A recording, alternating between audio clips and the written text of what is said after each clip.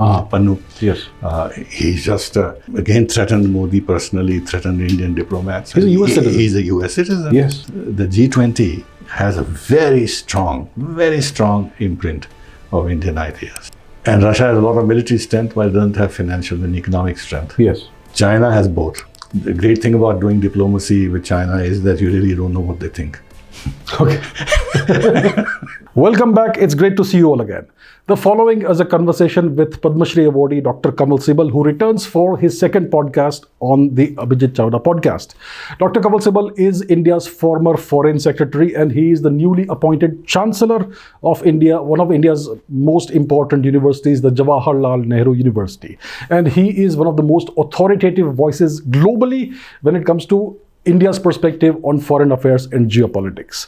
And in this conversation, we discuss a large number of issues, including the Canada affair, the Ukraine war, and the other important topics and issues that are relevant to the world today.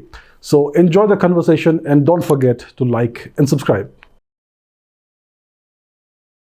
Dr. Kanwal Sibal, thank you so much for doing this second podcast with me. My and pleasure. Welcome to the Abhijit Chavda Show. Thank you so much. My pleasure. So a lot is happening in the world right now. We met a few months ago, and a lot has happened since India's G20 success.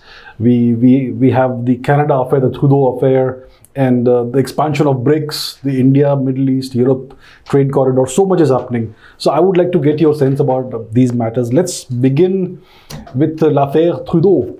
Mr. Trudeau and what he has been up to the past few days. They've accused India of assassinating, murdering a Canadian citizen, apparently on Canadian soil. What do you make of this entire matter, sir? I'm very puzzled, but in a sense, I'm also not puzzled, given Trudeau's personality, his juvenile behavior on many matters. The fact is that this is a long-standing issue between us and Canada. I mean, the fact that they give shelter to the so-called Khalistani elements. Actually, they're Canadian citizens. So it's actually Canadian terrorism directed at India. Indeed. The fact we call it Khalistanis actually seems to suggest there's something between India and the Sikh community. No, it's between Canada and Canadian terrorists. Whether they are Sikh, whether they are not Sikhs, is a different matter. They're Canadian terrorists. And Canada is sheltering Canadian terrorists who undertake actions of violence in India. That is a reality that we've been facing for many years now. Going back to the father of Justin Trudeau, Pierre Trudeau, as you know, we had wanted to extradite Parmar, and he refused. Yes. And Parmar was involved in the downing of the Air India plane, which killed 329, mostly Canadian nationals, and some 114, I think, Indian nationals. Their investigations led to nothing. Yes. After 20 years or something, I forget the exact time span, they charged one chap called Rayat. Parmar was never charged. Yes. Later on, the Canadian security agencies have acknowledged that he was the mastermind. But they charged Rayat because he was involved in the Narita airport incident where they had planted a bomb which was actually meant to down another India plane, but it exploded prematurely. Right. So they charged him, but now they've released him, I think.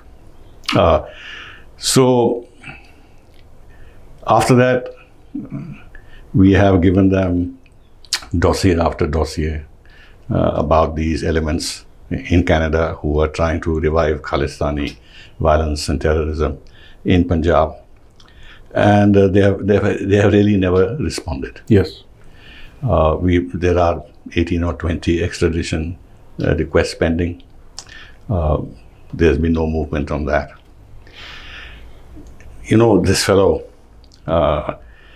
Niger, had a red corner notice by Interpol against him. 2016. Yeah. Yes. And he sought asylum in Canada.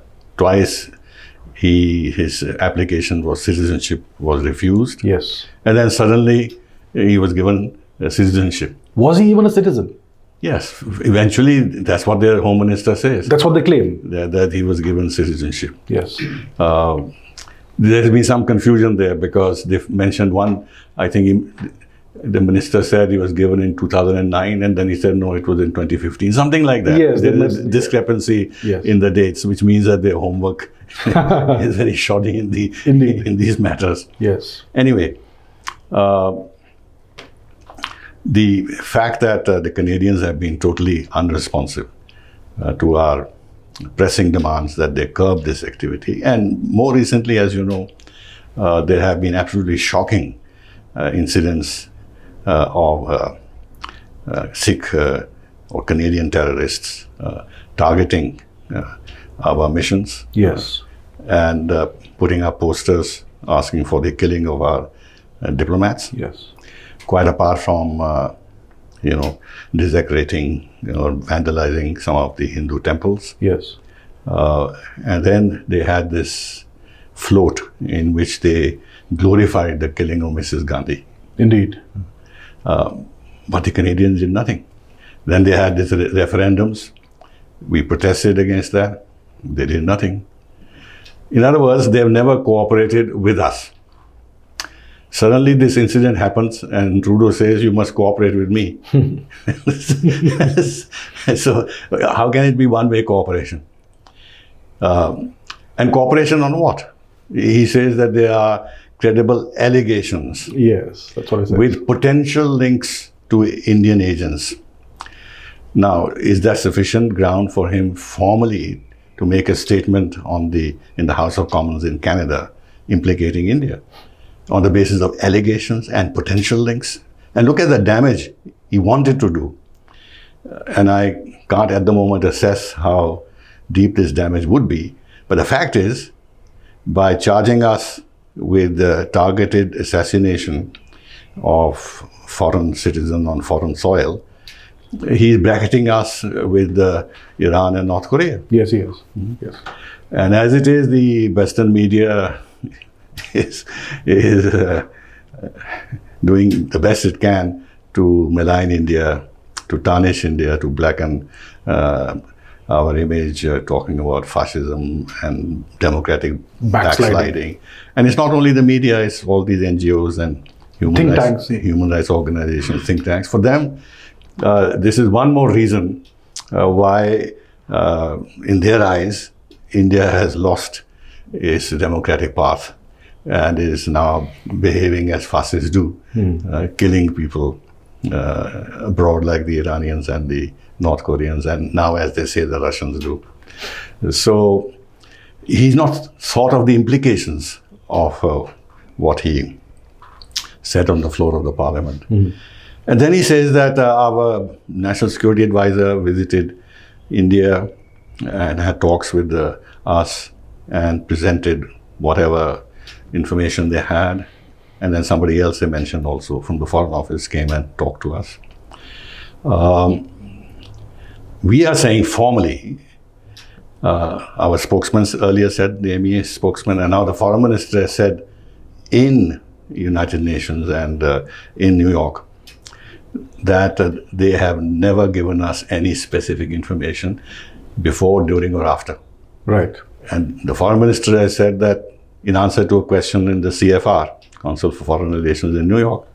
In fact, the question was asked by the former American ambassador to India, Ken Juster. Okay. And Jaishankar said that if they give us anything specific, anything relevant, we will look at it.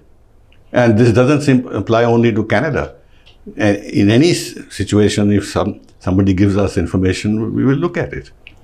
And reiterated, quite rightly, that it's not Government of India's policy to go in for assassination of... Yeah.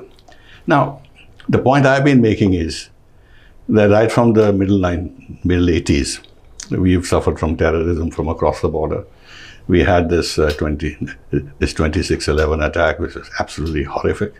And then spate of attacks in our cities, against our institutions, and of course in Kashmir there's a long list of terrorist mayhem, have we targeted any wretched Pakistani?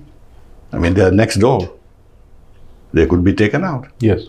We've not done that because we know the repercussions of this.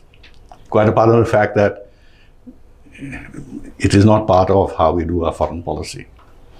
And the gains that you might get in killing one can be offset by the fact that another person will come up. So it's not as if you kill one leader and then the whole edifice of terrorism collapses. Anyway, whatever we never done that. So why should we do something which is 10,000 miles away? Yes.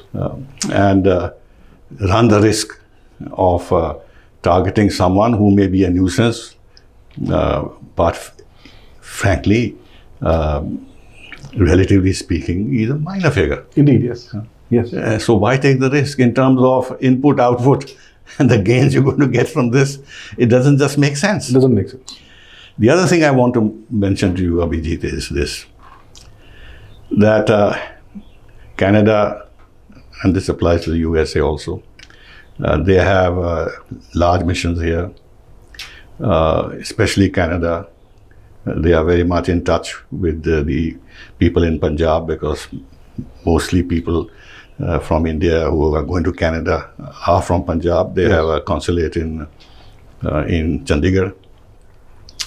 All of them, if they are worth their salt at all as diplomats, know the history of terrorism in Punjab, right from the time of Bindranewala, the Blue Star operation, the general Khalistani movement, and then how it was eliminated, and then efforts to revive this by the Pakistanis. In fact, they also know that Pakistan is actually sheltering known Khalistani terrorists on their soil. Yes. So the Pakistani connection and the ISI connection is well known. Yes. Secondly, these people know that while the situation in Punjab is stable, given the history of what has happened in Punjab, our enemies would try and revive this movement and destabilize this border state. Because there is still an element, even in Punjab, which has not forgotten the Golden Temple episode, and they nurture. There may be very few, but they do nurture these sentiments of separatism and stuff like that, and would be partners in reviving a degree of violence in Punjab. So they know all that. Now, knowing all that, why is it that they refuse to take any action and dismiss our concerns about revival of the Khalistani movement or efforts to revive the Khalistani movement in Punjab? So there has to be a much deeper reason for this. Much deeper reason for this. Yes. So it's not as if it's freedom of speech, and in our democratic setup, unless speech leads to violence, our laws don't permit us to act. These are just cover. This is just a cover. Just a cover.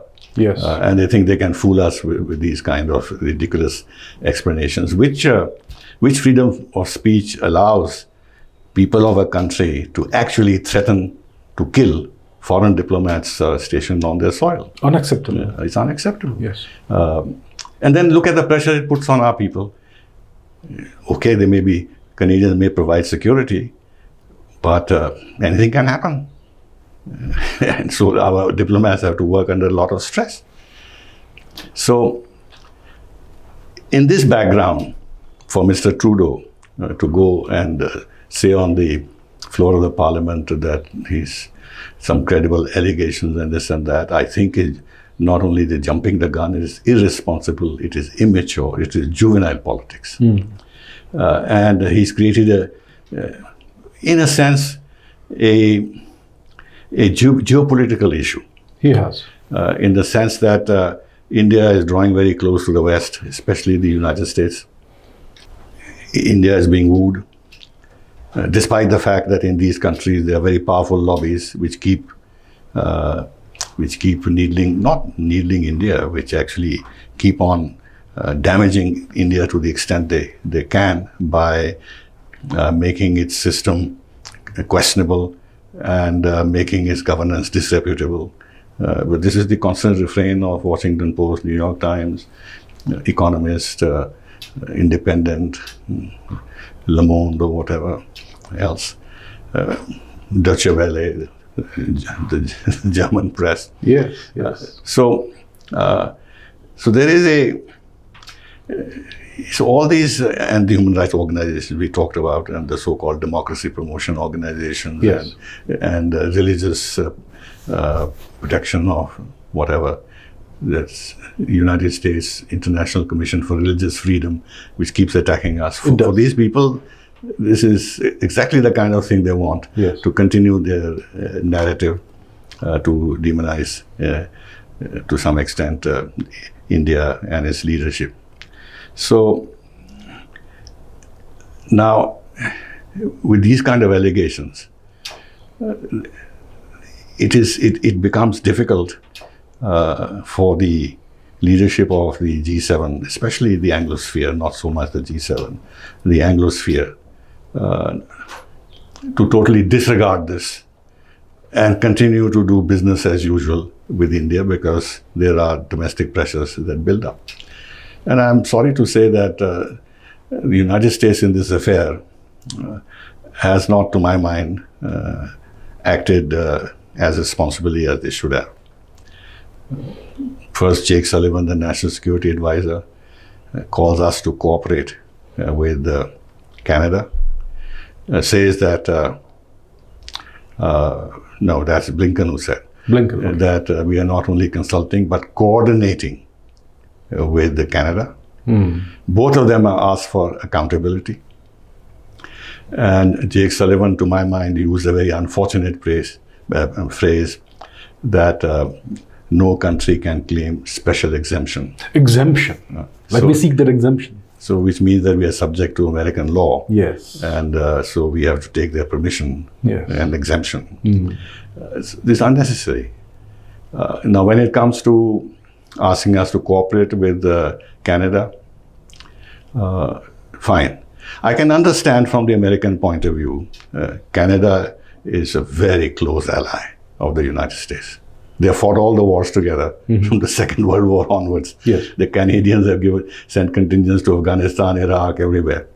And they are very tough on Ukraine. So, and they are their ally. They are part of NATO. Yes. Part of G7. So I can understand that they need to keep Canada happy to a great degree. And on an issue like this, where their prime minister has gone out on a limb to sort of rebuff them, would do damage to their bilateral relationship. I can understand that. But they also have a relationship with India. They're building it. So they should have therefore made a more balanced statement. They could have said that both countries need to cooperate with each other. Rather than saying India needs to cooperate with Canada, why don't they say that Canada needs to cooperate with India? Because they know as well as we do that for 20 years or more or 30 years, they haven't cooperated with us. That's right. So why put the blame on cooperation? And cooperation for what? If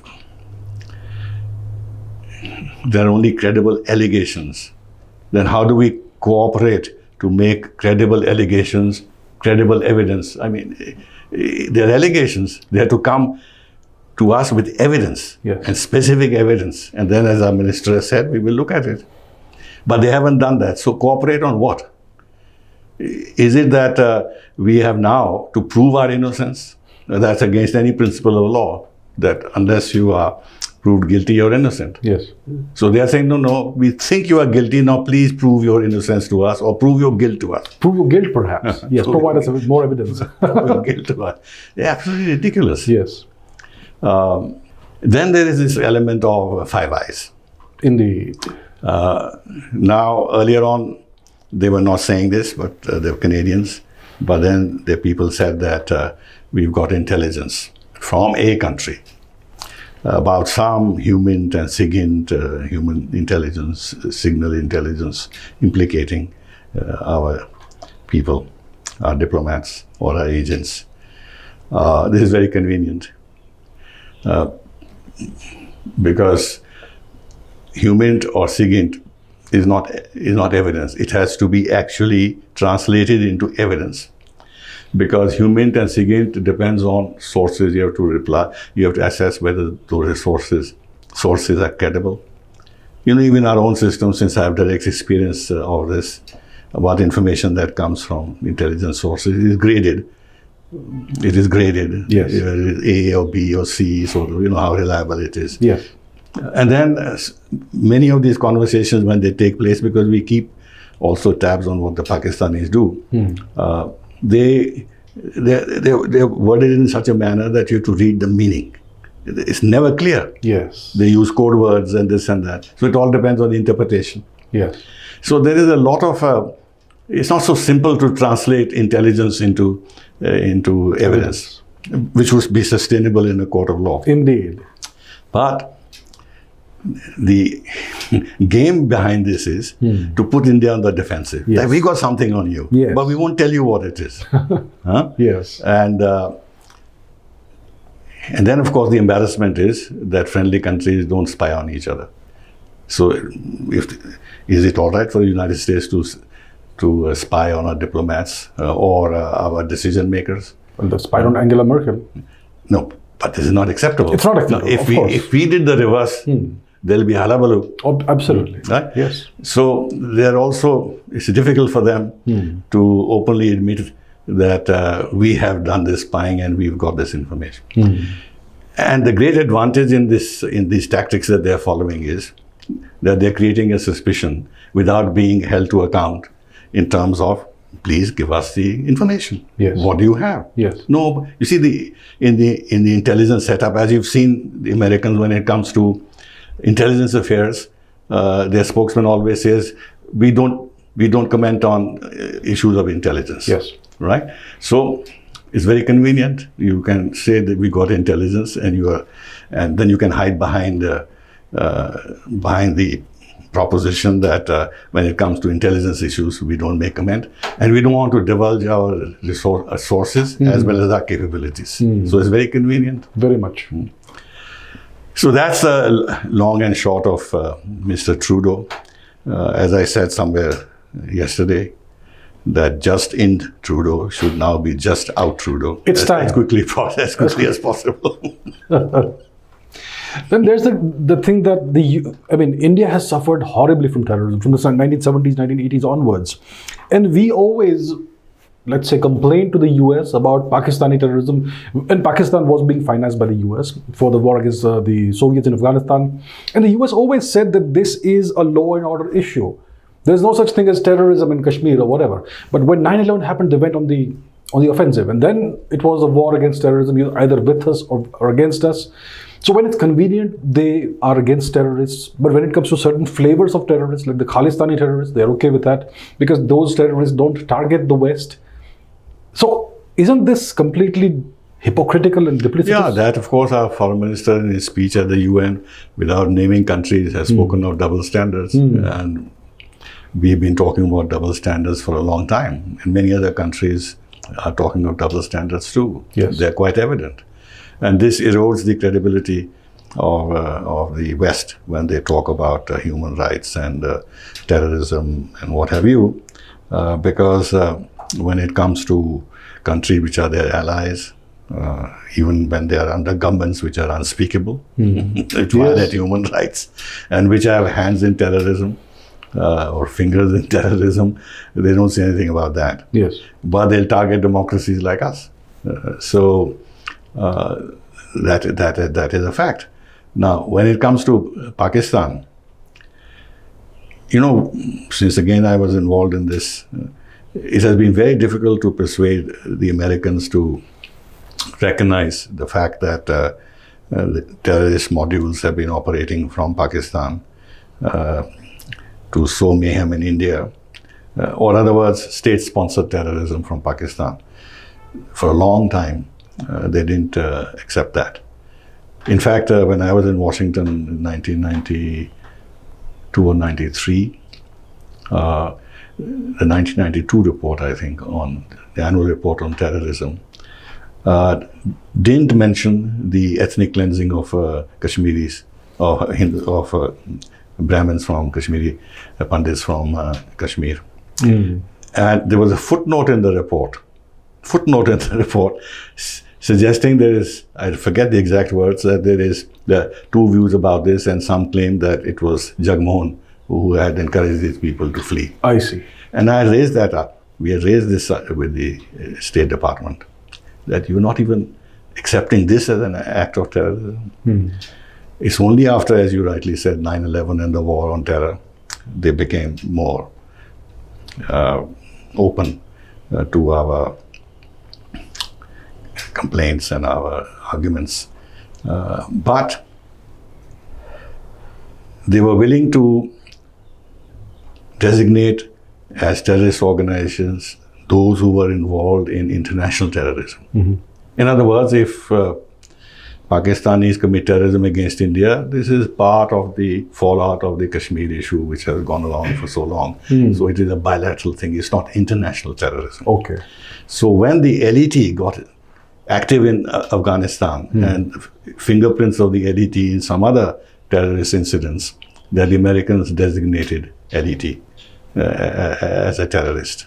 And then, of course, as our relations improved, Jaish-e-Mohammed came in, and then this fellow in Jammu and Kashmir, the fellow is in POK. Hafiz Saeed? No. The Kashmiri origin fellow. Okay. I'm forgetting his name. He was designated. And then there was big improvement in terms of their position on terrorism. They accepted the language of cross-border terrorism and everything else. So I must admit that today it's a very different situation. Yes. And they have been cooperating with us to get Omar Sheikh, the Jaish-e-Mohammed chief, as designated as terrorist under the UN 1257 committee or whatever, which China has blocked. Okay, yes. But they have cooperated with us. So on terrorism, I think there is certainly a change in the US position when it comes to Pakistan. But when it comes to this Canadian affair, I'm a bit puzzled as to why they haven't at least said that there is an issue. They need not have said it in the context of whatever they were saying to support Canada, but otherwise, that we appreciate India's concern, we recognize India's concerns about terrorist activities by Sikh terrorists or Sikh extremists in the West. Why don't they say that?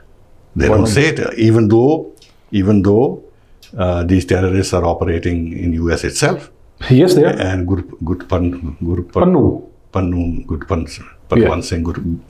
Singh, whatever his name is, Pannu. Yes.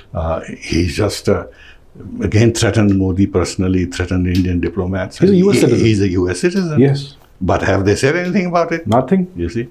So, what does this tell you? What does this tell you? It tells it. There's one other point I missed to say, which is this.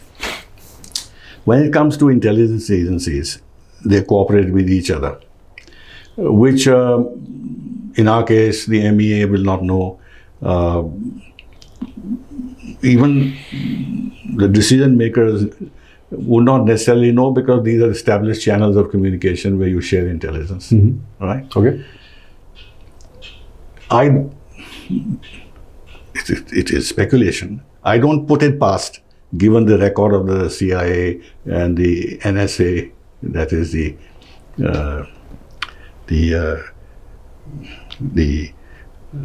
National Security Agency, to have shared some information they were able to obtain directly with the Canadian Intelligence Agency. Yes.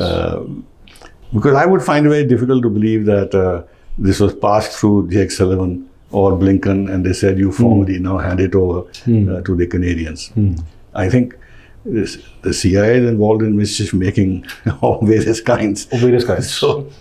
So it's entirely possible that this was done in this manner, and the CIA keeps briefing the press, as we well know, including New York Times and Washington Post, on the line that they should take. That's right. So in other words, this could well be a kind of intelligence level cooperation between Canada and the Americans, because they may have a certain foreign policy of their own, which does not necessarily concord with what the State Department or the White House may wish to do with India. Then there's I think it goes beyond Canada, because first of all, coming back to Canada, that lady Karima Baloch was killed in Canada in 2020, most likely by the ISI, and they did not expel any Pakistani diplomats. They didn't say a word about this. I don't know what happened to the investigation. That's one thing. And then there are anti-India activists and terrorists and other terrorists of other flavors that are sheltered not only in Canada but also in the UK and other places. For example, the killer of Sheikh Mujibur Rahman. The killers, one of them I think is in the US, and some of them are in the UK. They are living free lives there. There have been in Canada. In Canada, right. There have been attacks against Indian diplomatic properties in the UK as well, like blatant attacks. I think this goes beyond just Canada and the US. I think it extends across the Anglosphere, this particular attitude towards India, of sheltering anti-India elements and forces. Yeah, because this gives them an instrument of pressure on India. Because some may argue that now that the Kashmir issue is relatively more stable than before, and mischief making there is more difficult. It's easier to do in Punjab, especially as there are large Sikh diaspora, especially in Canada. So the intelligence agencies involved who would want to keep certain options open can have this policy of keeping India on the back foot, particularly as you rightly say, that this is the language that all countries in the Anglosphere use. That, it's freedom of speech, it is right to protest, so we cannot stop these people. They can come and demonstrate before our missions, as has happened in the UK. And they still do not accept that they should curb these demonstrations or not allow these referendums to be held because they say it's freedom of speech. Now, if you look at the language all of them use and the excuse all of them use, it is clear that there is some kind of coordination. In terms of what these decision makers in the Anglosphere should say or do with regard to Indian complaints. It is quite clear. That is one. The other is that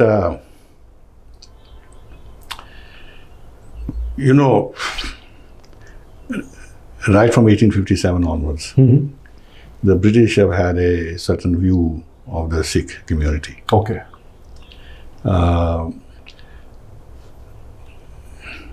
And they played a big role in separating the Sikhs from Hindus. And they are the ones who first laid the seeds of the SGPC, in the sense that this control over the Gurdwaras and everything else, because they felt that Sikhs as a martial race were could be relied on, and more relied on, and would be more trustworthy if they were separated from the Hindus, because the Hindus were fighting for independence and the freedom struggle. So they have a soft corner, historically, the British especially. which is why they are very reluctant to act against them. Then, as it happens in all such cases, the vast majority of the Sikhs actually may not want to have any truck with Khalistan or violence or extremism, which is true also. And I'm sure there are vast majority of the Sikhs do not feel that Hindus are their enemies of any kind. Yes. I mean, there is so, but extremists can always weigh very heavily in any such situation, and through intimidation force the larger members of the community to keep quiet and not challenge them. And therefore these elements do enormous disservice to the community as such. But these elements are the ones most vocal, most committed, who are the ones who deal with governments and agencies and the police forces and this and that, and get space for themselves for their activities. Right. And then and I think these governments then begin to believe that these forces actually represent the sentiments of the community as a whole. And we've been arguing with them, don't fall into this trap. These are extremists. And behind that, there is gun running, smuggling, drug smuggling, human trafficking, everything else, organized crime, as our minister rightly said. Yes. But there it is. So there's a mixture of motives, lack of empathy for India, positive sentiments historically towards the Sikhs as a community.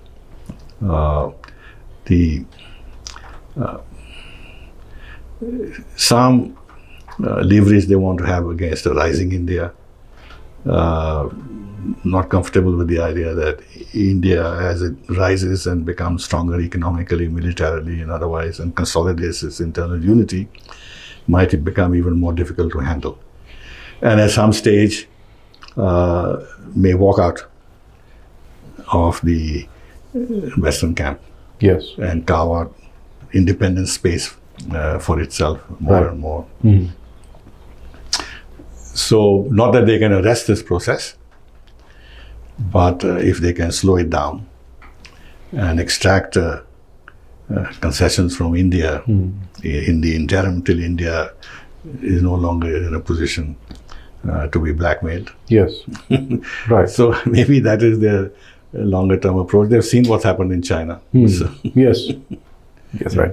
What do you make of the fact that the Canadians invited a Nazi, a literal Nazi, to the parliament and honored him? And it has emerged that that's not the first time he was honored by the Canadian government. It happened a decade plus ago as well. And it's also emerged that the Canadians have been harboring Nazis, 20,000 plus Nazis for several decades. And we also know that the Americans brought in lots of Nazi scientists, engineers, Operation Paperclip and all that. Isn't this hypocritical that on the one hand you call anyone you don't like a Nazi, on the other hand you're sheltering and honoring literal, actual Nazis who killed Ukrainians and Jews with their own hands? What does it tell us about the West? Well, I think it exposes the dark underside of Canada, that they accepted a lot of Nazi criminals and gave them shelter and citizenship. And unfortunately for Hunka, he was invited and recognized, and there was applause. And then Jewish organizations and others, they spotted who he was, and photographs emerged about him being in the Waffen Galicia division, and this and that. So it's been a huge embarrassment. Yes. Huge embarrassment. Now, I don't know if it's true or not, but the reports say that actually, in fact, it must be true because the leader of the opposition has said that. That actually Trudeau met him privately. In private, yes. In private too. Yes. So they talk about their intelligence agencies and the information they have. How is it that their intelligence agencies miss this? Yes. After all, if you have a private meeting with the Prime Minister, you know, your background is very closely looked into. Yes. Yes. And if you're going to honor someone in Parliament, all the more reason that it will be looked into more very, very closely. So It's been a huge embarrassment for Canada, but it also exposes their hypocrisy and the false image they create of themselves as a country of values and transparency and this and that. I just saw a clip where Chrystia Freeland, the Deputy Prime Minister of Canada, is asked a pointed question as to how many ex-Nazi criminals were given citizenship in Canada. She didn't answer the question. She did not. She didn't. She just evaded the question completely by saying how embarrassed everyone was about the fact that this man was honored. But that was not the question that was asked. Now, what the figures are, one doesn't know. But it just goes to show the false image that countries like Canada create for themselves about human freedoms and transparency and democratic governance and stuff like that. When actually, when you take the lid off, there are a lot of cockroaches underneath. Yes, indeed. I think this goes beyond Canada. Let's take Adolf Heusinger, the ex-chief of staff of NATO, who was one of the major Nazi leaders under Adolf Hitler. Then you had Kurt Waldheim, who again was a Nazi. So this goes beyond Canada. I think there's some of it in the US as well. Yeah, it is true that, of course, even in the case of the Nazis who were given refuge in Canada, there are reports, now I don't know whether they're true or not, that this was encouraged by the US. Yes, yes. But I think while this is relevant and important in terms of figuring out what Canada is, but this is not germane to the issue that is between us and Canada. It is not, yes. That's right. Except in a large way that you have a background and a society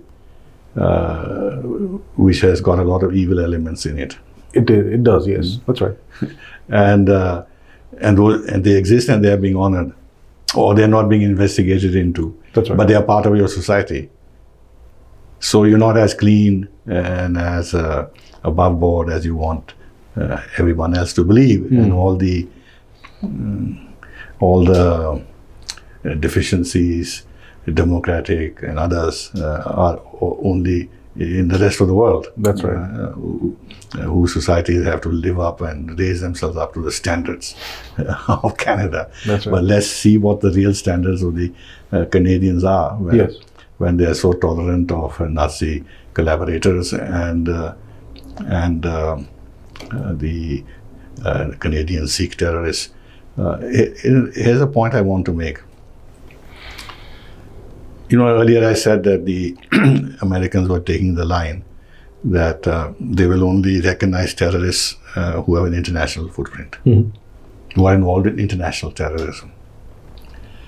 Now, what does international terrorism mean? When you have these terrorist elements in the US, in Canada, in the UK, in Australia, in Germany, isn't it international? Isn't it international? In fact, it is the heart of what you might call the international order, because these are the countries which have created this international order. Yes. So this Khalistan, incipient Khalistan movement is an international terrorist movement. Yes. Right? But it's not being considered as such. Now, they talk about Islam or being Islamic terrorism and stuff like that, being international terrorism, simply because there's so many Muslim countries. And there is a whole concept of pan-Islamism. So they take shelter here and there in the Islamic countries. So therefore it becomes international terrorism. But the Sikh diaspora is very, very small. I mean, they're only in India and in some of the countries that I mentioned. Otherwise, where are the Sikhs? Not unlike the Islamic world, there's no Sikh world. Yes. So actually, this is as international as Islamic terrorism because it exists in key Western countries. That's right. That's right. Right. Let's move on to the G20. India recently held the 2023 G20 summit, a resounding success. How much of a success do you see this being for India? Great success. Unexpectedly so. Okay. Even I was not sure that they would. I would not say I was not sure. I was pessimistic that we will not be able to get compromise on a joint statement. For the same reason that, for the reason that the foreign minister meeting, the finance ministers meeting, the development ministers meeting, all meetings that had taken place, key meetings, ended with a chair summary because there was no joint declaration, because the West insisted that their language on Ukraine has to be included. It has to be tough, and there has to be condemnation of Russia. On the other hand, Russia had hardened its position, saying that they no longer accept even the Bali compromise because things have moved since, and NATO has stepped up its activities. They're arming Ukraine, they're putting in billions of dollars and stuff, whatever. And that in any case, the G20 is not meant to go into security issues. They only have to deal with financial and economic issues. So they hardened their position, supported by China. So there was a clear standoff. Now, if Biden had come here and under his direct watch, they agreed to soften the language and also accept a language that did not condemn Russia, it would have opened Biden and the Americans and the G7, who've been very, very tough on this issue, to criticism back at home. Yes. That what is it that all this while, ever since the thing began, the United Nations and elsewhere in your G7 statements, you've been so tough.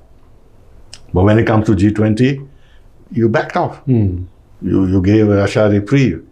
So it could have become an issue of serious domestic criticism.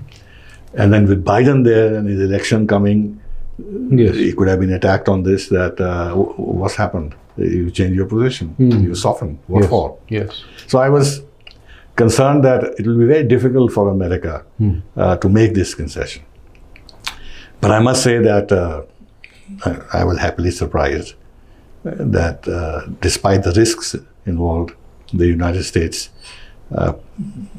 played a constructive role. And the reasons, to my mind, are as follows. One is that they wanted absolutely to save the G20 as a platform as a multilateral platform, because the G20 has the G7 plus the EU, as well as the major developing countries. So it's a platform on which they can interact with each other, where whatever the agenda, whatever the pronouncements, whatever decisions are taken, have the support of the global South, as you were. So if the United States and the G7 want to make sure that the global South should move entirely away from them,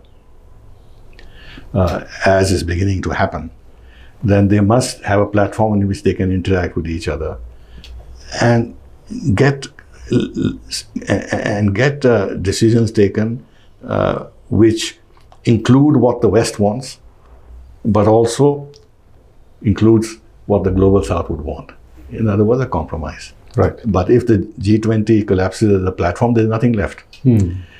So A, it was to save the G20. Number two, and in this background, there's a lot of concern that BRICS is becoming more and more relevant, and with the expansion of BRICS with six countries entering, and the prospect that more will enter next year when the summit takes place in Russia, then you will have an alternative multilateral platform in which the West is completely absent. Right. Which means the agenda of the BRICS, or multipolarity, of de-dollarization, of trading in their own currencies, of a more equitable and fair international order, more democratic order, that kind of rhetoric and in fact real felt demands of the developing world will gain more and more currency and will begin to shape international discourse. So with that concern in mind, the G20, where you can lock in some of the countries which are major players in BRICS, and you can lock them in and try and develop an agenda which is not anti-West. The third to my mind was India. If Biden or the Americans had remained tough and said we will not yield, and there was no leader's declaration, it would be a big hit that Modi himself and India would have suffered, because we put in so much effort. Prime Minister Modi put in so much of his own capital into this by making it a national affair. Yes. 220 meetings in 60 locations. Yes. Making the entire country part of this as a coming out party for India. And then the party gets spoiled because it ends with a whimper. So everybody goes home without having tasted the dessert. So I think that way the US, Biden, felt that this would be an unnecessary blow to India and would then damage the prospects, the dynamism of the ties that is very much developing. And related to that is the fact that you embarrass India, who gains? China? China does, yes. Yes. So if you diminish India, you're giving China even more room. So if India wants to be a leader of the global south, good for America, because otherwise China wants to not only take the leadership, has taken the leadership in many ways through the BRI and this and that, through the economic route. They have. And they have the ambition to mobilize the global south behind them to challenge the United States of America eventually. But India, if India takes the leadership of the global south, it prevents China from having a free play. It counters China. Yes. So if India is stronger in Africa or Southeast Asia or elsewhere, it serves America's interests, which is why India and America agreed. I don't know how much we'll be able to achieve prospectively to have some kind of joint efforts in Africa, again with China in view. The India, Middle East, Europe corridor, which is backed by America, because remember, it's India, Middle East, Europe. It's not United States, but United States is in a sense patronizing this. Yes. Is godfathering this. Yes. Again, the whole idea is that China is developing all these BRI routes through Asia, through Eurasia, and they have to be countered by another connectivity project which will link India, the Middle East, and Europe. So in this larger perspective, I think the United States decided that they would play ball at the G20 summit, and we had this leaders' declaration. The other interesting thing in the leaders' declaration, which has not been commented on sufficiently, is the mark India has made on the leadership declaration. Indian ideas in the leadership declaration from Vasudev Kutumbakam, which is there in the preface, which apparently China opposed at one time. Yes. Though to my mind in a very silly way, saying that this is Sanskrit, it has no international acceptance, but then Panchsheel is Sanskrit also. And they were happy with Panchsheel. So why were they objecting to Vasudev Kutumbakam? What is wrong with that? But it's very much there. Apart from one earth, one family, one future. Then the global, digital infrastructure. DPI, the digital public infrastructure. Digital public infrastructure, which is an area in which India has had tremendous success. Yes. And this is not something which is talked about in the West very much. Yes. But it is very much a part of the leaders' declaration. And associated with that is that, and that is there in the leaders' declaration, India establishing a global repository for DPI. Yes. Where there'll be, sharing of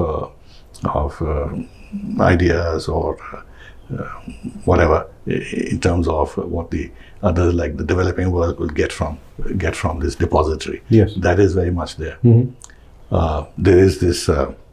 We've been pushing this whole thing about millets.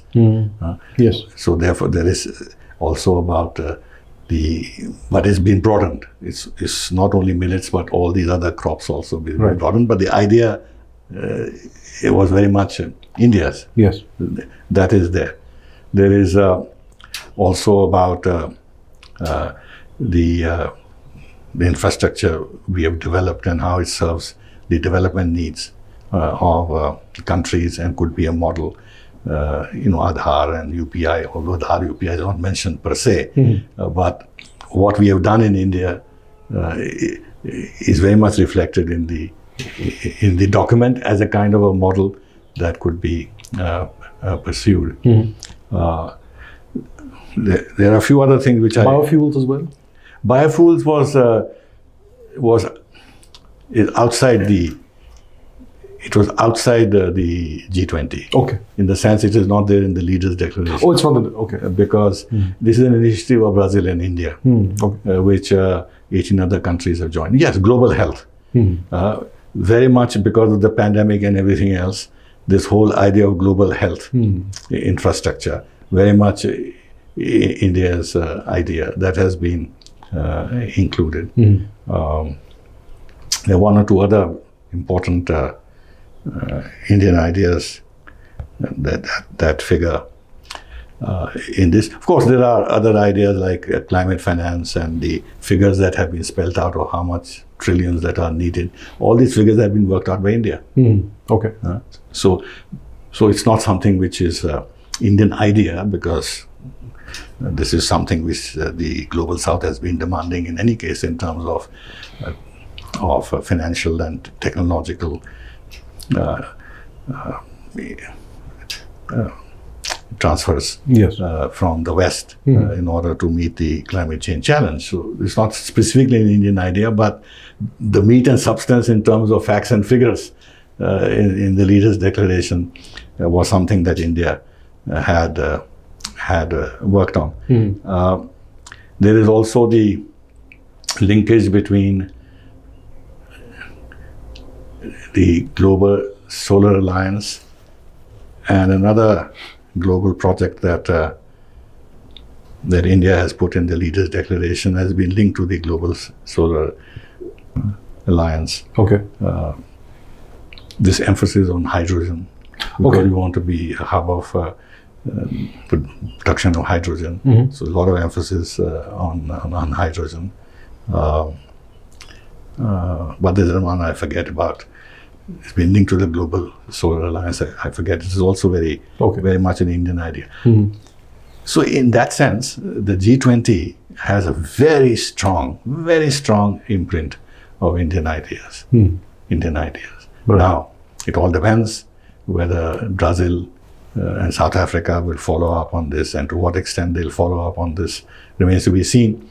But the seriousness with which we've taken G20 and want to push forward the agenda that was agreed on is that we've asked for another summit conference, virtual, at the end of November, before we hand over the presidency to Brazil, to actually see what in these few months has been done to move the decisions that were taken forward concretely. I think this kind of dynamism that we are showing is a huge success for Indian diplomacy.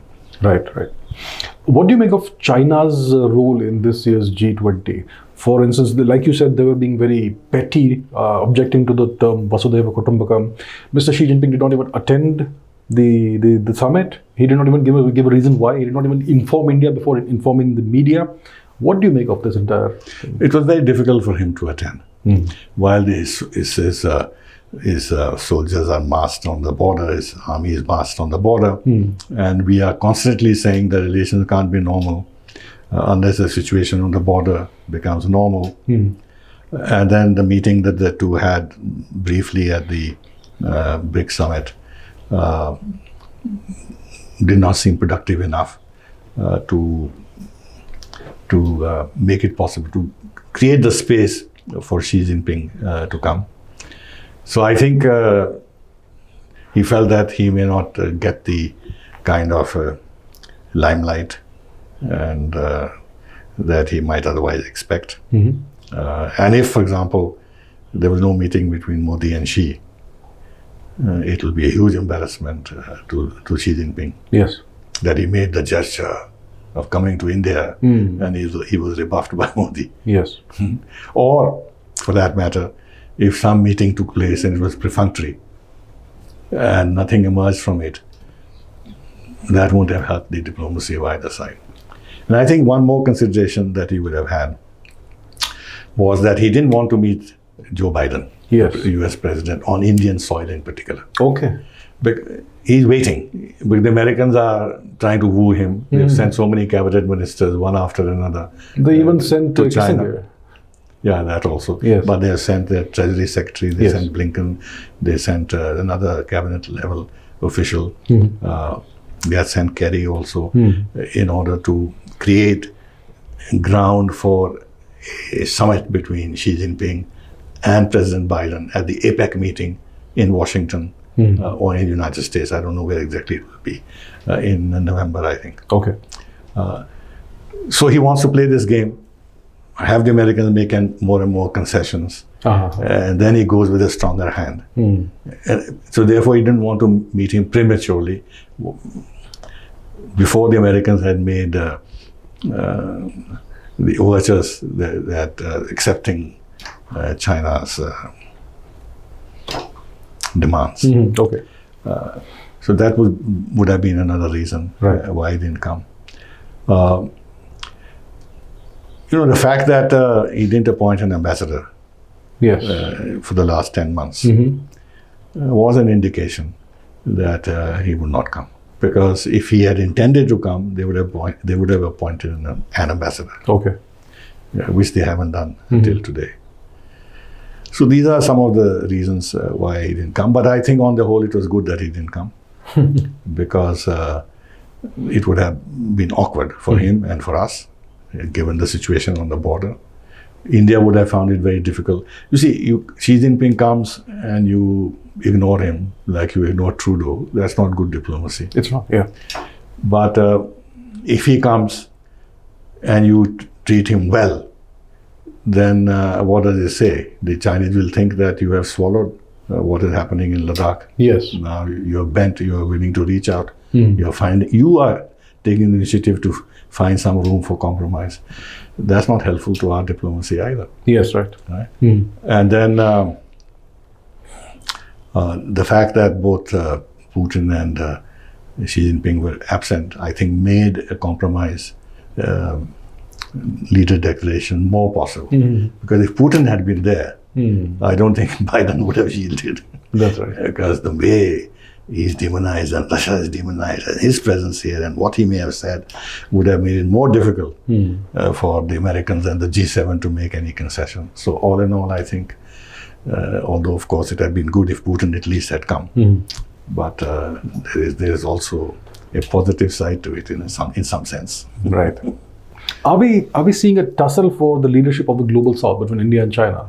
For example, India has brought the African Union into the G20. It's not the G20 one. India is providing its digital public infrastructure, all of that. India stack to the developing world.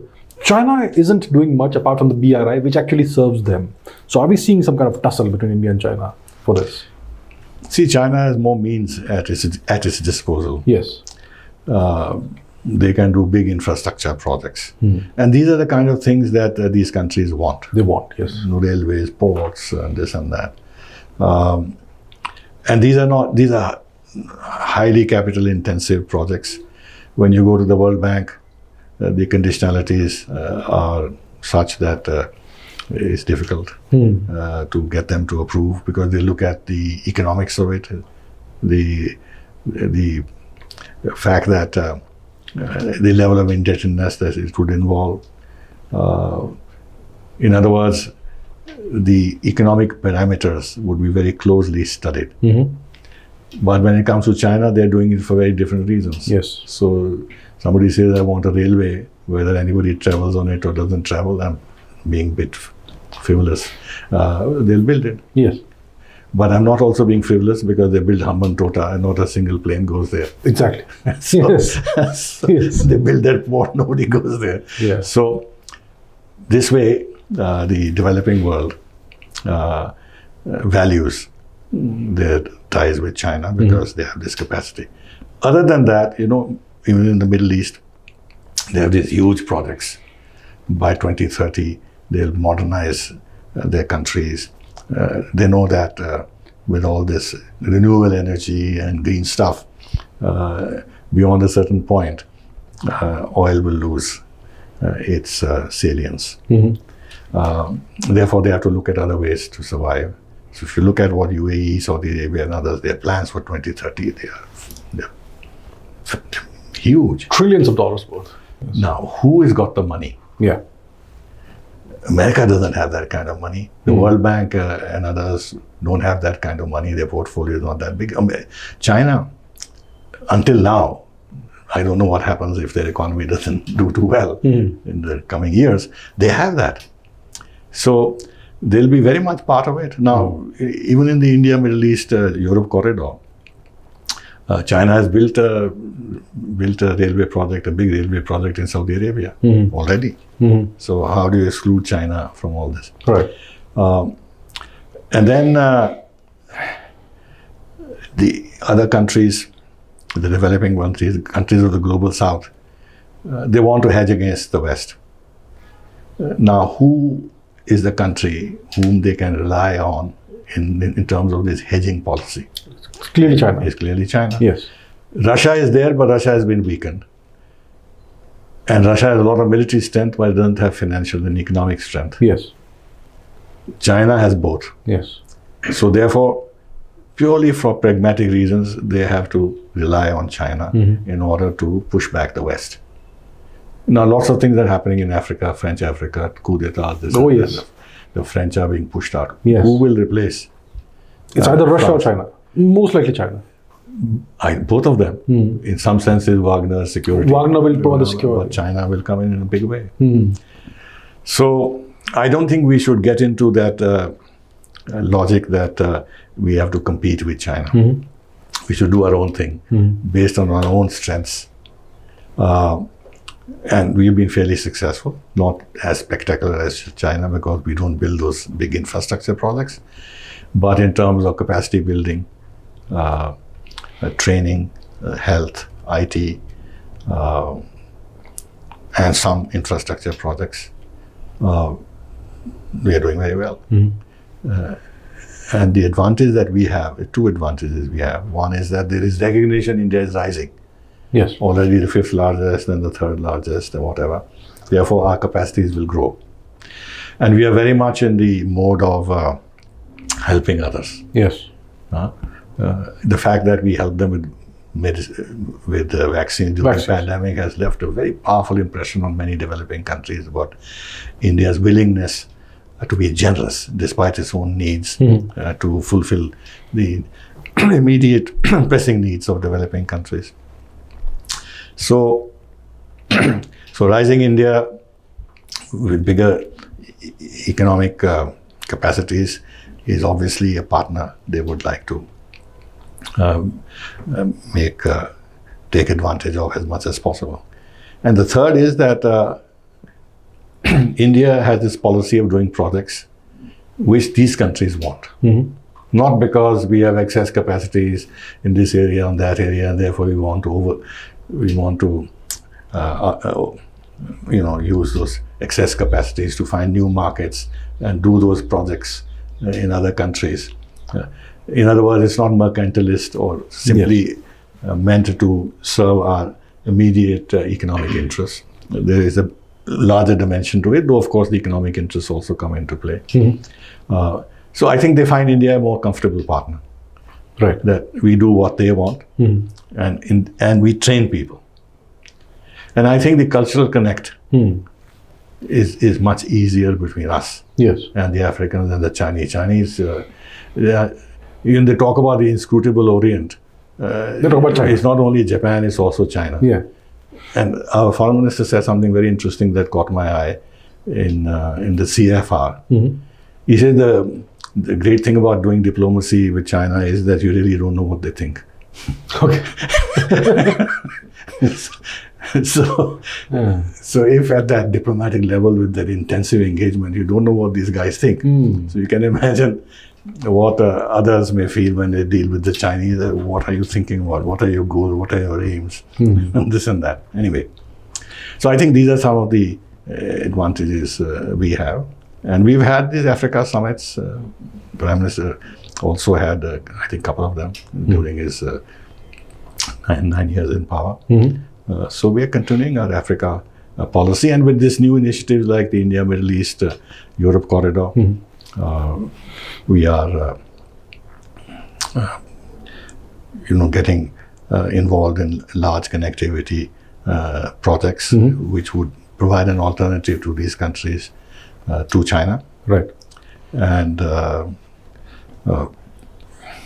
fact, as you rightly said, we propose the inclusion of the African Union in the G20 is something that we can capitalize on. Yes. Though, mind you, China has big stakes in Africa, and big presence in Africa. So it's not as if simply the fact that we brought the African Union in that we have somehow now won over the African countries, 55 of them. It's not as simple as that. Yes. Right. But it gives us a standing. Yes. It gives us a standing.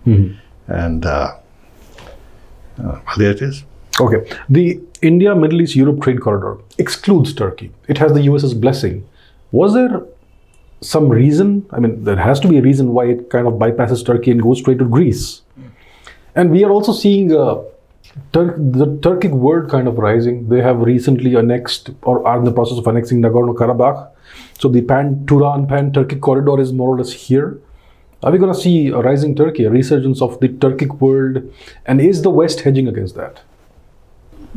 I'm not too sure if this is quite the case. I'll tell you why. Because India and the Gulf countries have seen a total transformation of their relations. Yes. We've got this FTA with the UAE, trade is growing. Yes. And other contacts at various levels are growing. There is also talk about defense cooperation. Yes. And more importantly, the whole idea of a food corridor, because these countries don't grow food. Yes. India has huge capacities, especially if we go into these cold chains and everything else and improve our infrastructure. We can actually be a source of China is too far away. Yes. Of food security for these countries. This is the core of the idea. Okay. Right? And that is independent of China or Turkey or whatever else. Okay. Now it has been extended to Europe. Yes. This is where Israel comes in. Yes. Because it is supposed to go through Jordan, Haifa, and then on to Greece. Yes. Whether it is Piraeus or whether it is some other port, we'll see. So I think the dynamic of this is not anti-Turk. Okay. It is logical. Okay. In terms of what I said, the kernel of the idea being the India Gulf and then getting extended. But they're saying there are two corridors, one the southern and the north. Yes. The northern one then goes to Europe. The other is that the China's corridor has got blocked because of the Ukraine war. And the fact that the Baltic states are now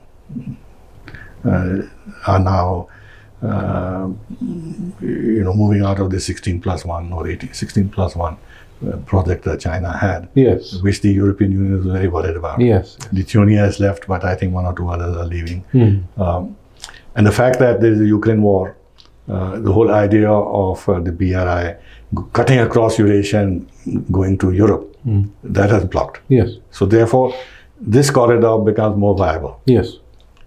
That is another reason why this corridor has its own logic. With regard to Turkey, Turkey is the most unreliable country. Yes. And Erdogan is totally unreliable. I don't think anybody trusts him. But he's been very successful in blackmailing everybody. Yes. So the Russians don't know. He down a Russian plane, but they're the best of friends. Yeah. Right? And he tells the Swedes, we'll let you in if you do this, if you do that. So he bargains constantly. Yes. To the Europeans, he says that I will open my borders and all these refugees will enter Europe, but in return, give me some billions of dollars. And now he said that I let Sweden in if I get F-16s from the United States. So, you know, this kind of a thing. So would countries want to put more eggs into the Turkish basket, despite some advantages that they may have? The Turkish economy is in doldrums. Yes. And Turkey, under Erdogan, succeeded in alienating all its neighbors. And now Erdogan has realized that he overstretched Turkey's ambitions. He's tried to make up with Saudi Arabia. He is even trying to make up in some sort of a way with Syria. Okay. So, and then when it comes to Nagorno-Karabakh that you mentioned, two things here. One, that it was a great opportunity for Azerbaijan to do this when everybody is distracted. Yes, of course. Yes. And so they've gone ahead and done it and embarrassed Russia. Because the Russian peacekeepers are there. But the Russians themselves are unhappy at Armenia's closeness to the United States. That's right. So there are a lot of wheels within wheels.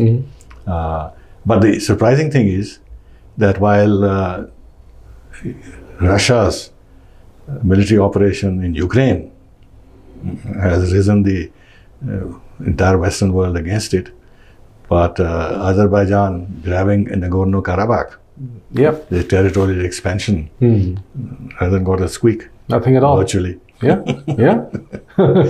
So there it is. Double standards. There it is. Double standards. Yes. Like you mentioned, BRICS has expanded, 6 new nations coming in, maybe more this year. What do you make of it? Is it like something that will strengthen China's hand, or is it something that will help India as well? And there's always the prospect of them bringing Pakistan in. Both India and Brazil were not in favor of a rapid expansion of BRICS. After all, if you look at the SCO, we became a member after many, many years. Yes. Even in SCO, there is, like in the case of ASEAN, there is, you begin as an observer, then a dialogue partner, then a full member. So there was no reason not to follow the same approach when it came to expansion of BRICS, that you have observers, then dialogue partners, and then full members. Right. But both Russia and China wanted the expansion, pressed for expansion immediately. For Russia, it was important to demonstrate that they were not isolated, that more and more countries were wanting to join BRICS, and for Russia, much less China, but for Russia, this was this would be a major step towards actually moving towards multipolarity. Right. For China, they don't care that much about multipolarity because they want bipolarity. They do. Eventually. Yes. So, but yes, they talk about multipolarity, but not so much as Russia does. Yes. For China, it was important because China now dominates the BRICS financially, economically. After all, the new development bank under BRICS, China has the biggest share. Of course, they've also created the Asia Infrastructure Development infrastructure investment fund, which is Chinese funded, but there's another instrument they have under their control, which is attractive for BRICS because they don't want to go to the World Bank and ADB. They can dip into those resources. And the new development bank, as you know, has now new members, including Bangladesh. So China has that financial clout, and with its rising stature, it also now has more political clout. It is much more present in the developing world than Russia is. So they also had an interest as part of their leadership struggle with the United States. Now, after all, you will have a situation where there is the NATO and G7 on one side, right? Yes. And China and potentially the global South, Russia, of course, on the other side. Yes. So this is part of that project. Now, it would have been very difficult for India to say no. We will not accept any expansion. At the end of the day, you have to have good reason to block anything. And then we have to be sensitive to what Russia would want to do. So therefore, the whole game was that 23 countries applied. You can't take in 23 countries at one go. Yes. Who should you take? So the bargaining was on that basis. Okay. And the countries eventually selected 6 of them were acceptable to all sides, especially to India. Right. These 6 countries, from India's point of view, create no problems for us, because with 5 of these countries, we have a strategic partnership. With 5 of these countries, their leaders have visited India, have been chief guests at our Republic Day. Right. The only odd country out is Ethiopia. Yes, that's right. But Ethiopia is the largest recipient of our credits, financial credits to Africa. Okay. So, and we have a very long-standing relationship with Ethiopia. Very long. Very long-standing. Yes. So we would have no objection to Ethiopia, though it didn't measure up strictly in terms of credentials as an African country would be an obvious candidate for expansion of BRICS. Nigeria would be a much more credible candidate, but Nigeria said that we're not applied. Okay. For what reason, I can't say. Now there is some awkwardness, if you like, in the expansion of BRICS, because out of these 6 countries, 4 or 5, if you include Ethiopia, really, because of its situation on the Eritrea thing. and the Horn and the Red Sea and all that. Yes. They're all the same region. Iran, Egypt, Saudi Arabia, UAE, and Ethiopia. Yes. They're the same region. Yes, that's right. Latin America and Argentina. And the other anomaly is there's no one from Asia. There's none, yes. That's surprising. You have 5 countries from one region, but nothing from Asia. That's right. Indonesia had applied, but at the last minute, They withdrew it. Widodo said that they had withdrawn their application because they wanted to study more Okay. the pros and cons of membership. Okay. Why they did that, who they were pressured, who pressured them, whether within the ASEAN there was some advice that you are joining an overtly anti-Western camp, as it is touted to be by many, that this will affect their leadership of ASEAN because they'll be singled out as a country which has joined a grouping which the West is not happy about. Yes. And some may say this will maybe a stepping step to join Quad in some ways, stuff like that. Okay. The Americans may have pressed them. So I can't say. Yes. So this is where we are. So we have no particular reason to be unhappy because the countries that have come in are our friends. They are friends. They're close to China also, but that's neither here nor there. Yes. Now, whether China will dominate the BRICS,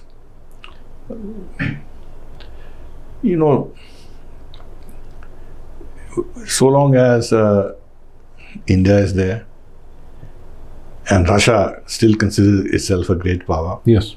which in some ways it is, I don't think China can dominate like the US dominates the G7. Yes, right. That parallel is not there. Okay. But yes, the weight of a country will be felt in any case. Yes. But it's not as if other countries, again, to repeat what I said, like the G7, the G6 can't move without the United States. The security is dependent on the United States. Right. And the economies are totally tied to the United States in so many ways. So I don't think they can dominate, but yes, they'll have weight. But India will have its own weight, Russia will have its own weight, Brazil will have its own weight. Yes. South Africa has certain leadership ambitions. As you know, the South African president went to Russia to try and mediate between Ukraine and Russia. So I think there, when we talk about India being a proponent of African Union membership of the G20 and therefore leadership of the Global South, I don't think it is as simple and as easy as it is. South Africa has its own ambitions, in Africa especially. So no country likes another country to be a leader or demonstratively act as a leader. What we are doing and what we will do is not to take leadership, but using the G20 platform as we have done since we were presiding, to use our role to project the interests of the Global South. Right. This is not leadership in that sense, of the Global South in that sense, the way it is being construed. It is a larger agenda of shifting the balances within the international system. If the EU with 27 members can be a member of G20, why not an African Union with 55 members? Yes. And this will be appreciated by them. Some countries are very vocal about India's leadership, if you like. But I think we have to be a little careful. Right. In Latin America, Brazil is a leader in its own right. Yes, absolutely. Argentina is the second biggest country in Latin America. With Saudi Arabia and UAE, especially Saudi Arabia, they have very big interest in China. After all, it's India and China are their biggest market for oil. Yes. Plus, they need finances for their Naim project. Yes. The line. No, Naim project is big city they're building. Okay. Kind of a Singapore they're building within Saudi Arabia. They need foreign investment. Yes. And China is a source for big investment in terms of building infrastructure. Right. So it's a kind of we have a role to play in terms of the Global South. Our credentials are stronger than those of China because we've always been part of the Global South. Yes. China has never been part of the Global South. It hasn't. Even the G77, it is G77 plus China. It is not. China is not an integral part of the G77. Right. But China is an economic partner and a political partner for these countries, and to some extent also will become a military partner. Right. So in that game of countries hedging their bets of trying to create bigger space for themselves in the international system, and that includes India, BRICS is a good platform. Yes, right. Africa has been in the news recently, the Sahel region. There have been coups in this region. France seems to be in the process of being pushed out of the region. In the past, ECOWAS would have intervened and done something about this, but right now nothing is happening. Is France losing its grip in this region? Yes. obviously. Big setback in Niger. They have now agreed to call back their ambassador, Yes. which they were earlier resisting. And by the end of the year, their armed contingent will move out also. Yes. And there have been other coups, 3 other countries Yes. in the region, and they've all come together and they want to shed the influence and that the ex-colonial powers were building on their polity and economy and financial system. Yes. They also haven't appreciated the fact that France, for example, was fighting terrorism in this region.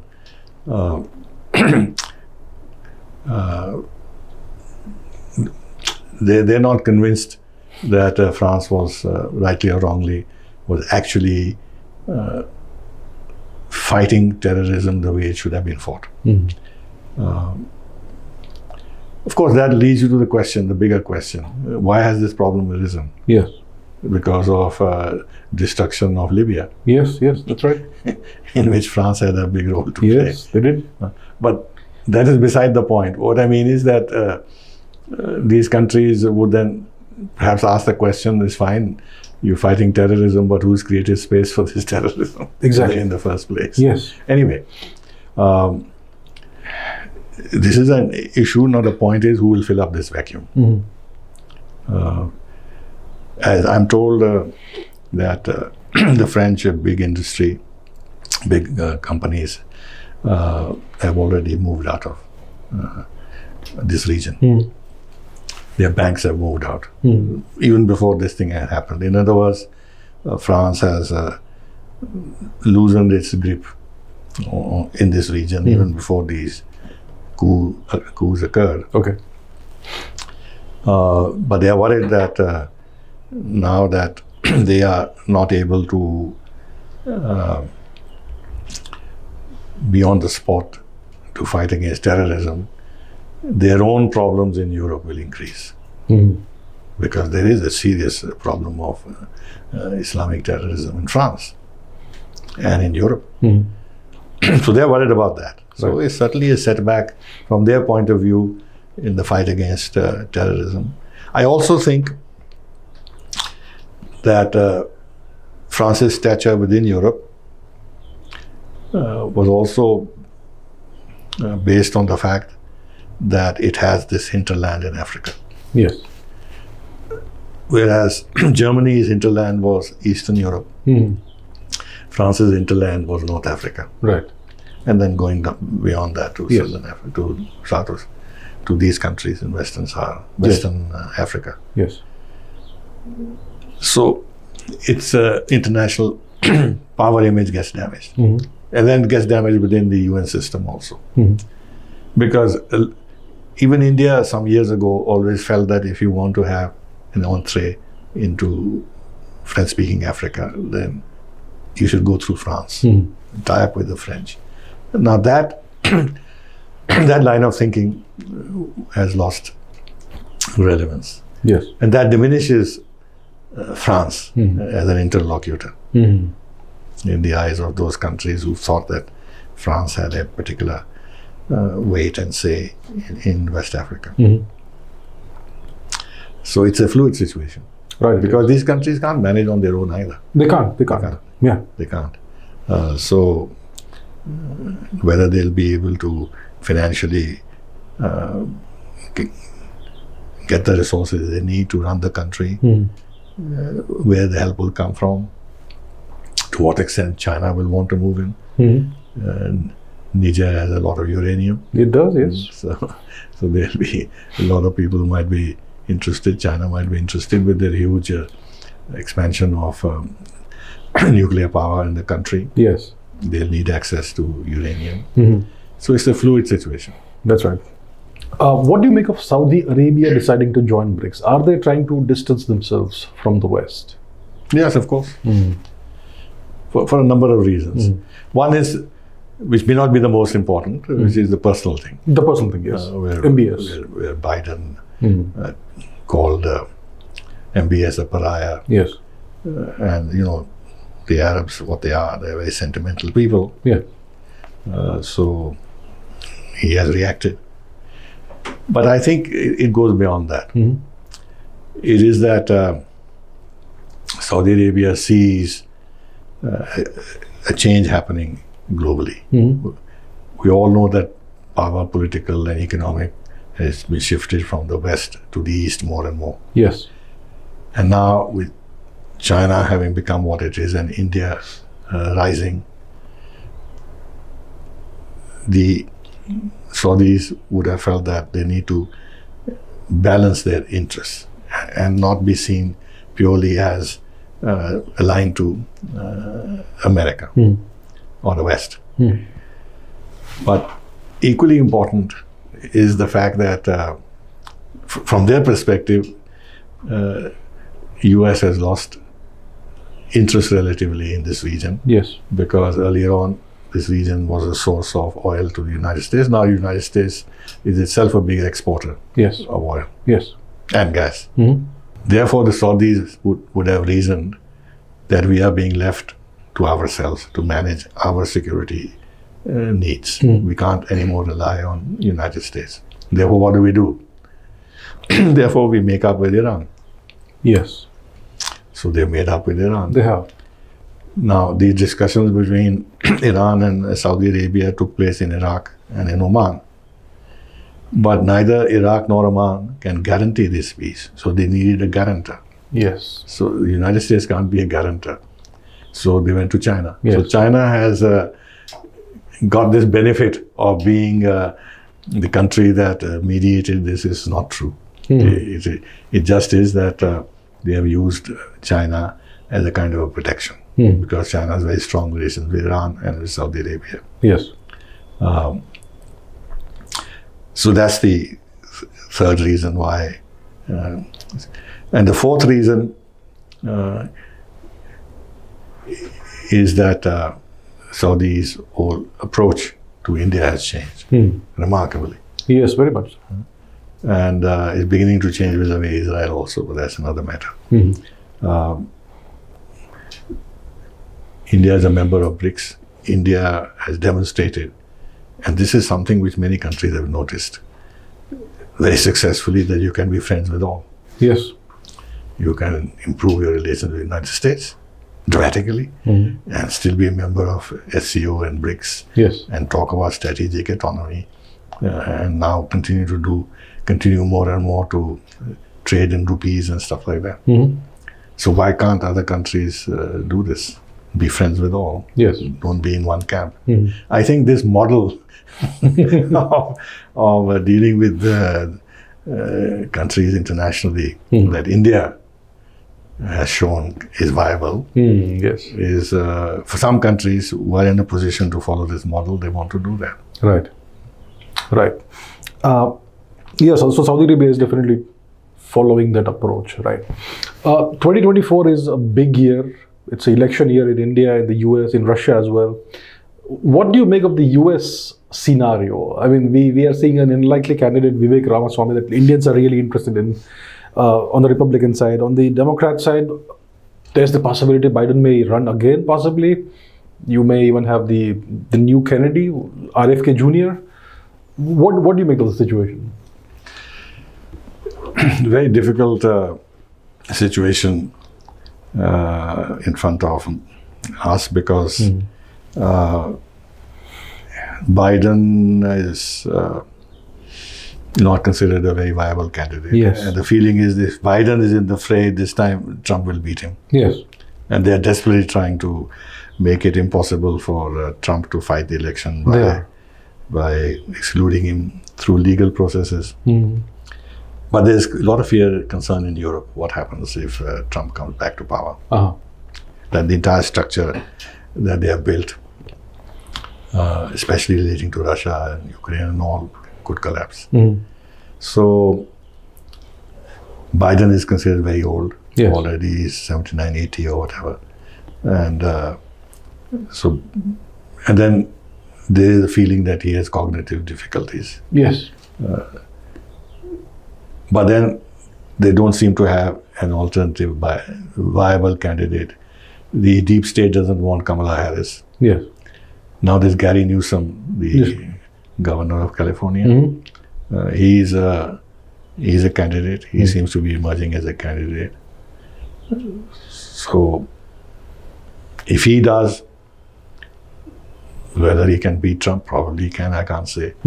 But the long and short is that American politics is in a mess. You have this scenario of they talk about rule of law, democracy, transparency, and everything else. Yes. But the manner in which the legal machinery is being used against Trump. However unsavory a character he may be in the eyes of many, but they have actually instrumentalized their institutions. Yes.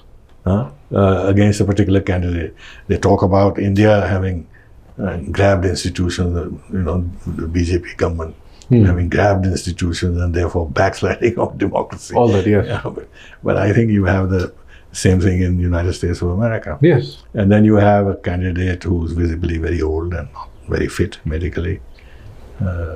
And you have Trump who's unpredictable, and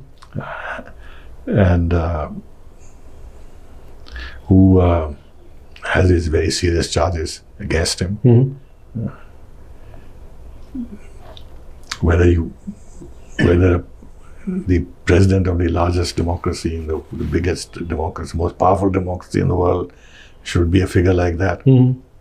Does it give a sense of comfort to the rest of the world? India may not have a particular problem with that, but I think the larger issues involved within NATO and Europe and this and that. Yes.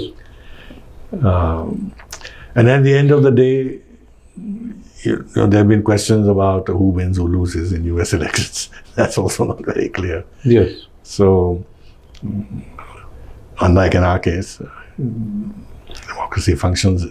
electoral democracy functions because it's not contested. Yes. If the BJP wins or somebody else wins, it's not contested. The election is fair. Yes. Nobody says that you have won illegally. Yes, that's right. But in America, they do. They do. Yes. Yeah. Yes. So I have no answer to your question as to what the scenario is in the United States. At the end of the day, there will be a contest, the presidential contest. There will be a candidate. Kennedy, I don't think so. Okay. I don't think so. And neither Vivek Ramaswamy. Who else it could be? As I said, the name that now coming up is Gary Newsom. He could be a candidate. Okay. And on the Republican side, Trump is you can't oust Trump. Yes. And he'll fight back. DeSantis at one time seemed to be a viable candidate, but he has fallen off the radar, if you like. Yes.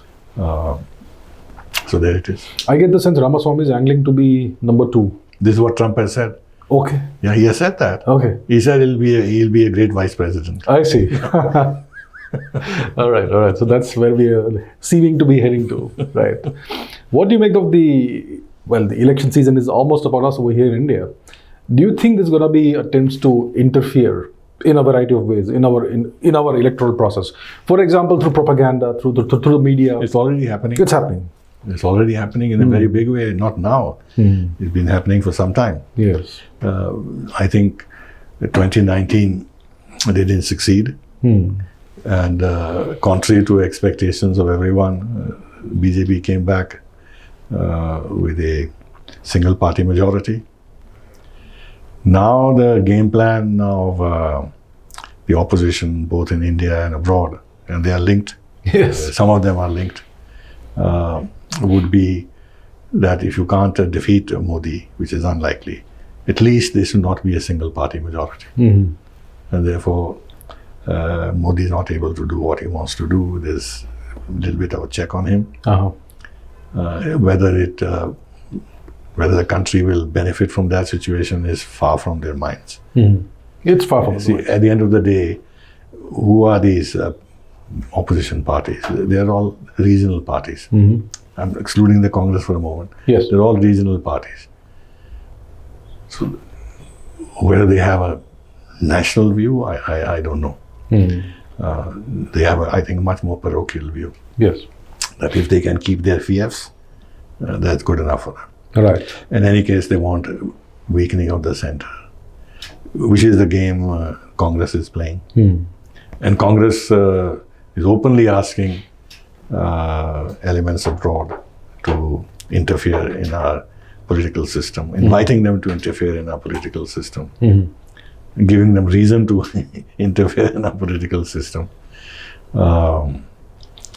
So I think there would be attempts, whether they are successful or not, to prevent a single party majority.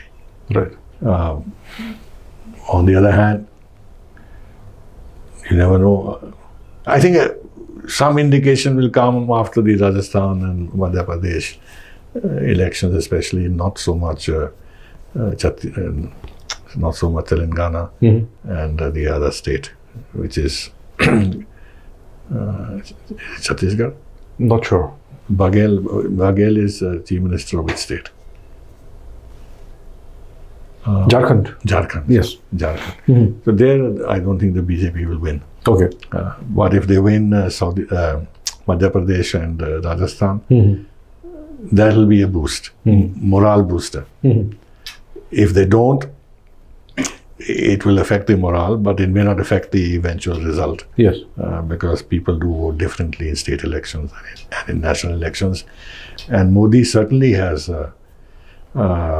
commandeered deep political support within the country. Personally, I feel that they should come back with a single party majority. That's what India needs. Right. And the kind of initiatives Prime Minister has taken, the reforms that this government has done, Yes. are remarkable. Really? And they shouldn't be slowed down. Yes. They need to be. They're changing the face of India. Yes, they are.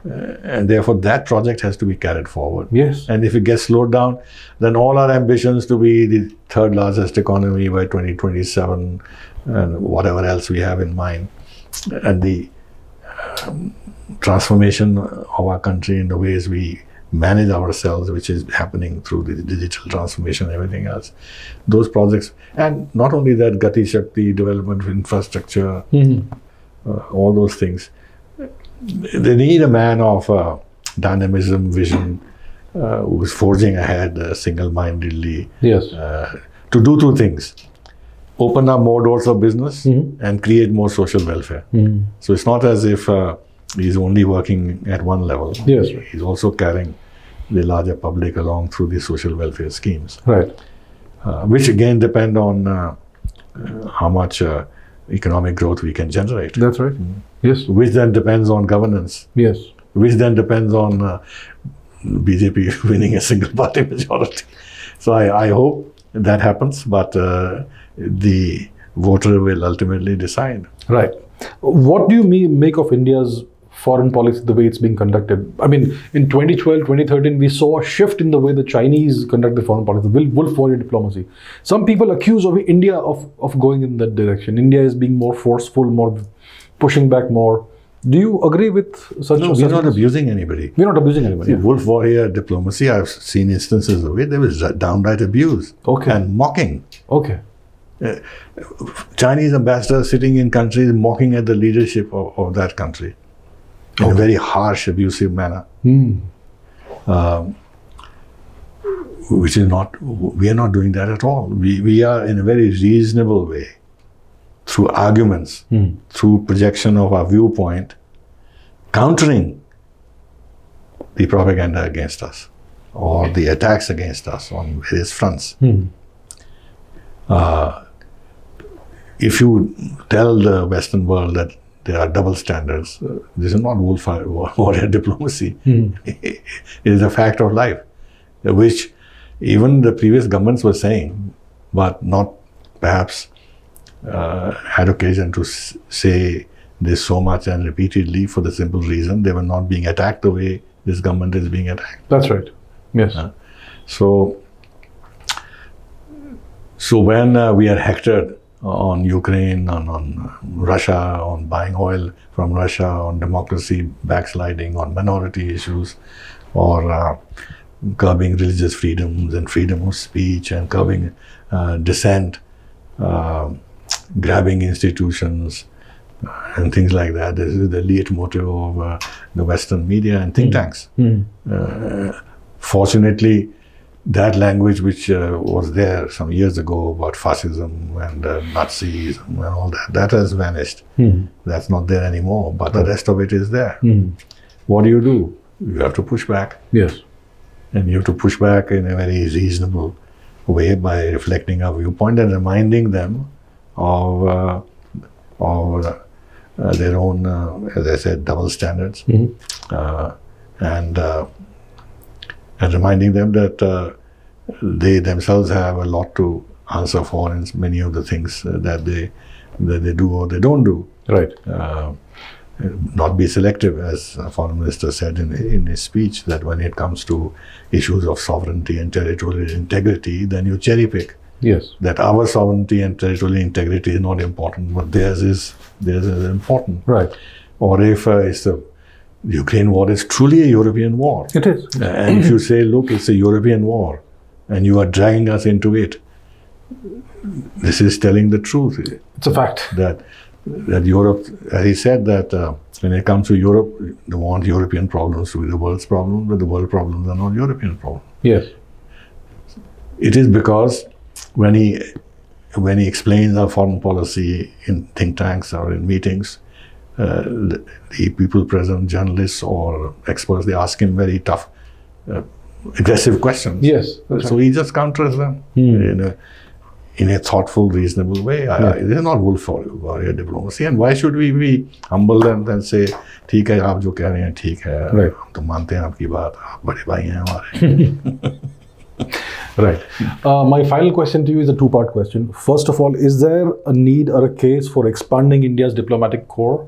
And secondly, how can youngsters get into diplomacy? These days, lots of youngsters are interested in the foreign service, in geopolitics, all that. So how would they do that? In terms of expansion, we are expanding. Okay. But you can't expand, at one go. After all, diplomacy is a career. Yes. And you get trained in diplomacy as you rise in position and get more experience. So it's not as if you can suddenly take in people and say that you can be good diplomats. No. If you, let's say, increase the number of intakes, as it is in my time, we had only 10 people. Per year? Per year. Okay. So now there are 30, 40, God knows how many. Okay. Let's say you increase it to 100, you won't have 100 candidates. I see. In our case, we had actually 7 regular seats and 3 reserved seats. But out of the 7, the 5 of us were in the first 10 in the All India list.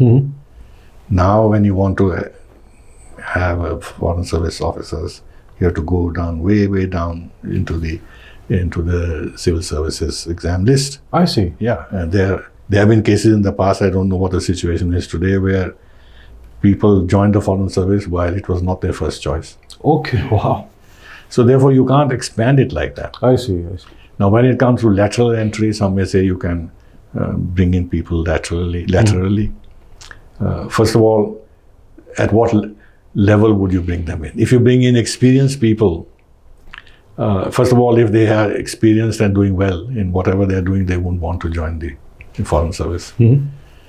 But if they're not doing well, then and they want to have another opportunity somewhere, then does it help you to bring people who have not been successful in whatever they've been doing themselves? Yes. Right? And then when people want to join at whatever laterally, they all want to become ambassadors, because unless you're an ambassador, there's no fun in being in the foreign service. Right. But we can't increase the number of countries.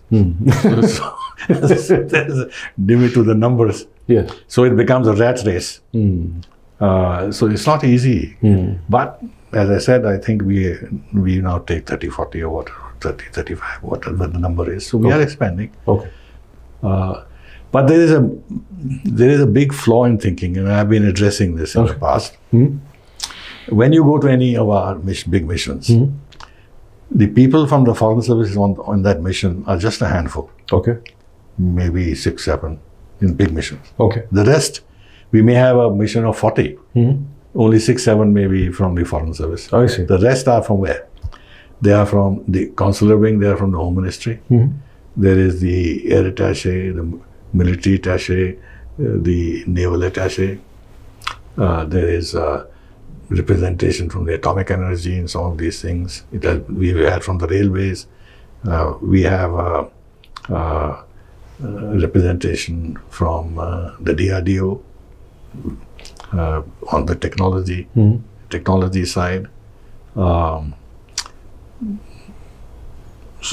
Commerce Ministry. Okay. We have from the Commerce Ministry, from the Finance Ministry.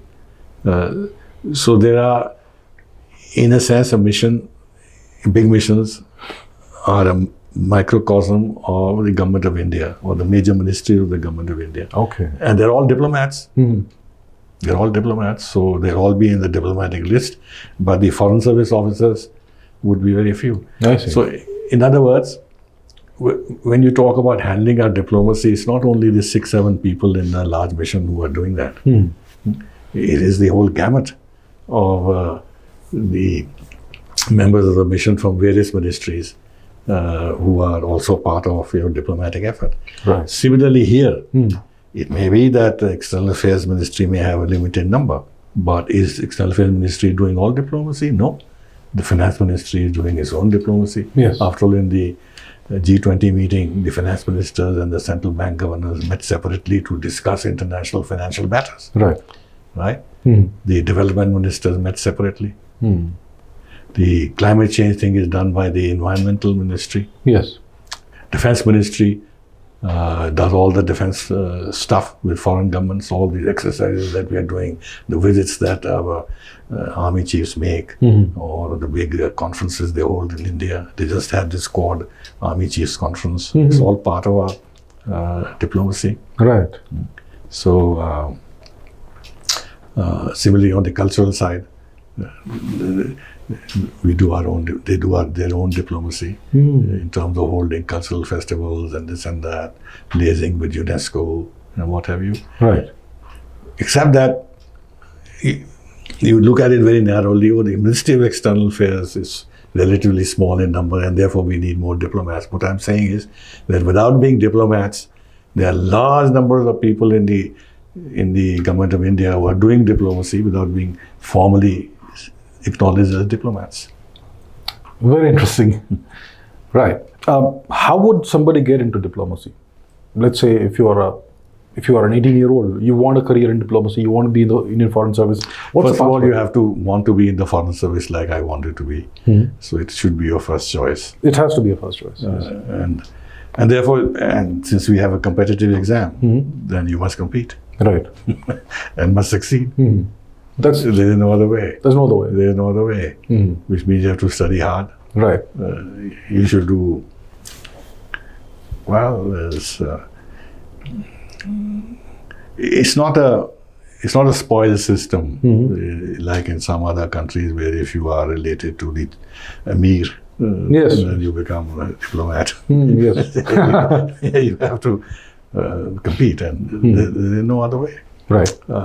Now, if you want to prepare yourself for that, that's a different matter. You either you study those subjects which will help you to take the exam and give you a good start in your diplomatic career, because either you studied international law or international relations or languages, or you got a degree from JNU in international relations, like or PhD for that matter, like Jaishankar has. So this is how it is. There is no simple answer to this. Right. Okay, Dr. Sibal, thank you so much for spending your valuable time with me for this podcast. I have a lot more questions, but I'm going to stop it over here. So thank you so much. And finally, congratulations on your appointment to be the new Chancellor of the JNU. It's great news. Well, thank you very much. It came as a surprise, but I won't say it was an unpleasant surprise. But there it is. Let's see what it entails. Thank you very much. My pleasure. If you enjoyed this conversation, please join my WhatsApp channel for exclusive behind-the-scenes content. Thank you very much, and don't forget to like and subscribe here on YouTube.